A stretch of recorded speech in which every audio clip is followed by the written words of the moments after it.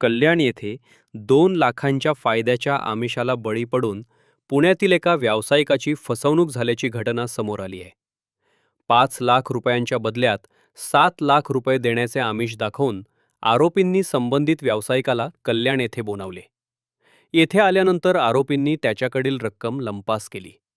या प्रकरणी कोळसेवाडी पोलीस ठाणे येथील पोलिसांनी तातडीनं कारवाई करत 8 आरोपींना अटक केली आहे.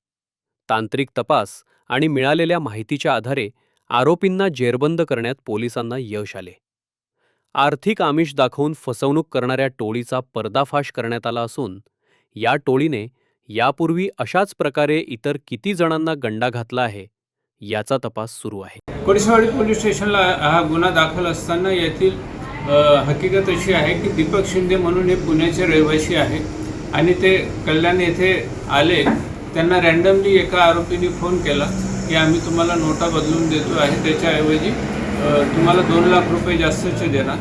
ते जास्त पैसे मिळण्याच्या आमिषापोटी त्यांनी ते पैसे घेऊन आले आणि इथे नोटा बदलेसाठी त्या ज्या आरोपींचा ग्रुप आहे त्यांनी ते नोटा असल्याची खात्री केली आणि यांच्याकडून ते पैसे हिसकून घेतले आणि त्यांच्या दुसऱ्या टीममधील 4 ते 5 आरोपींनी पोलीस असल्याची बतावणी करून पाठलाग करण्याच्या रेड पडल्याचा बनाव केला आणि ते पैसे घेऊन पडून गेले.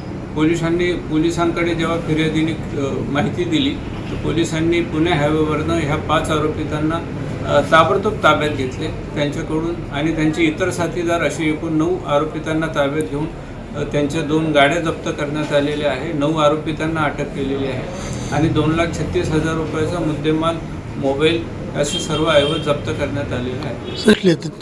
हे सगळे आरोपी वेगवेगळ्या ठिकाणचे आहेत, काही कल्याणमधले पण आहेत आणि वेगवेगळ्या पोलीस स्टेशनला सगळ्या आरोपितांवर गुन्हे दाखल आहेत. एक संजय भोसले, सोमनाथ गायकवाड, गौसोफ हुसेन, अरविंद जॉर्जट, उमाशंकर, शरद कुमार, नरेश पडू शर्मा, प्रदीप धनवे इतक्या आरोपींना या गुन्ह्यामध्ये अटक केलेली आहे आणि फारुख आणि सय्यद नावाचे आणि अजून 2 आरोपी असे 4 आरोपी अजूनही या गुन्ह्यामध्ये पाहिजे आरोपी आहेत.